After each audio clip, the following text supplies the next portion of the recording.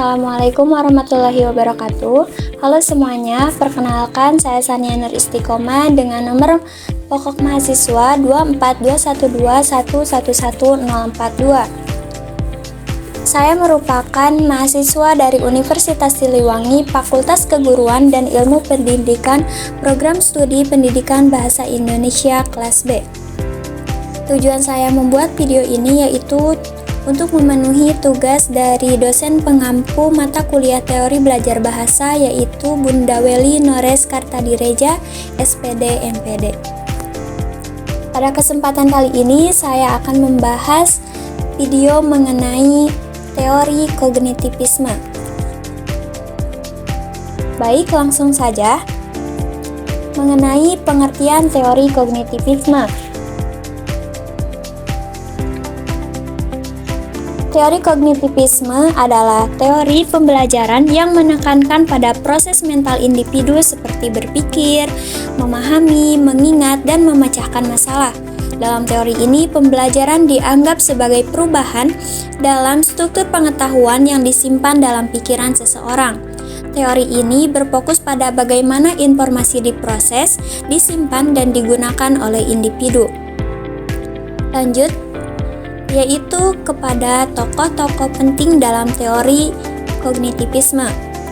Dalam teori kognitivisme terdapat 3 tokoh penting, yaitu yang pertama Jean Piaget, dan kedua Lev Vygotsky, dan yang ketiga Jerome Bruner.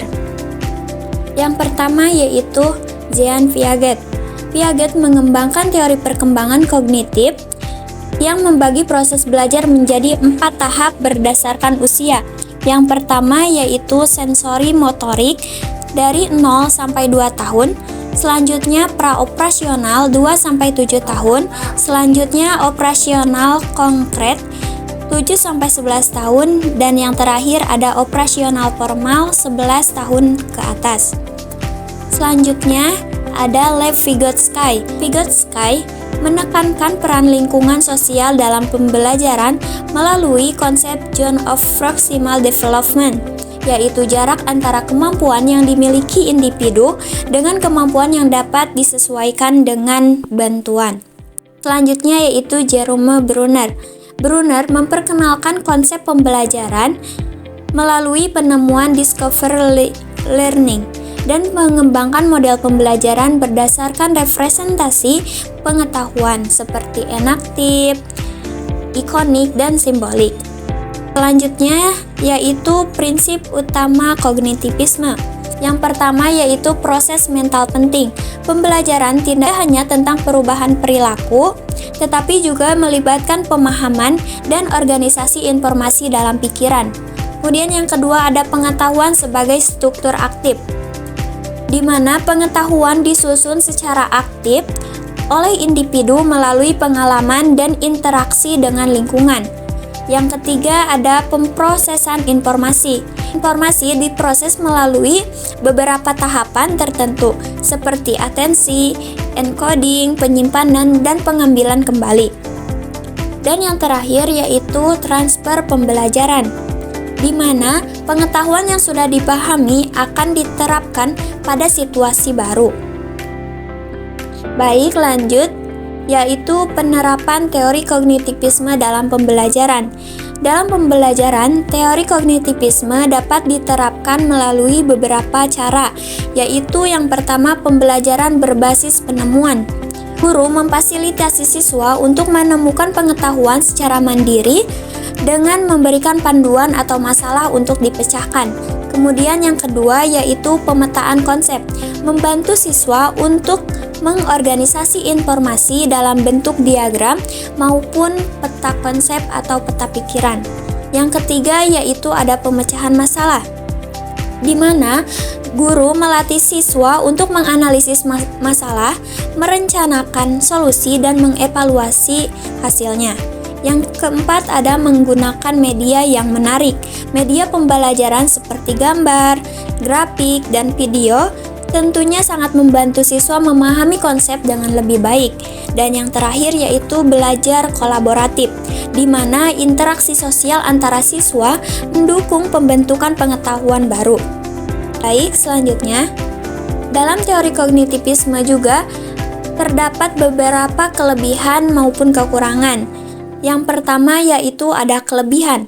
Kelebihan dalam teori kognitivisme yang pertama yaitu memahami pembelajaran sebagai proses yang mendalam dan aktif. Yang kedua, menekankan pada pemahaman konsep bukan sekedar hafalan. Dan yang ketiga yaitu cocok untuk pembelajaran berbasis teknologi. Tidak hanya itu saja, tentunya dalam teori kognitivisme juga terdapat kekurangan. Di antaranya yaitu tidak terlalu memperhatikan aspek emosional dan motivasi, serta pendekatan ini bisa menjadi terlalu teoritis bagi sebagian siswa. Dan yang terakhir, ada beberapa contoh praktik dari teori kognitivisme.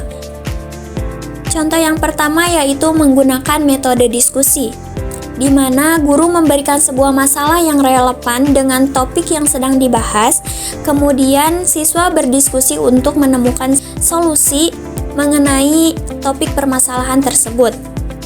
Kemudian yang kedua ada simulasi atau role play, melibatkan siswa dalam aktivitas simulasi untuk memahami konsep secara mendalam. Dan yang terakhir ada menyusun soal berbasis kasus, di mana guru memberikan studi kasus yang menantang siswa untuk menganalisis dan memberikan solusi terhadap studi kasus yang diberikan. Dengan itu, dapat disimpulkan bahwa dengan teori kognitivisme, pembelajaran menjadi lebih bermakna karena siswa tidak hanya menerima informasi, tetapi juga memahami dan menggunakannya untuk memecahkan masalah nyata. Mungkin hanya itu yang dapat saya sampaikan pada video kali ini. Mohon maaf apabila ada kekurangan dan kesalahan. Sampai jumpa. Wassalamualaikum warahmatullahi wabarakatuh.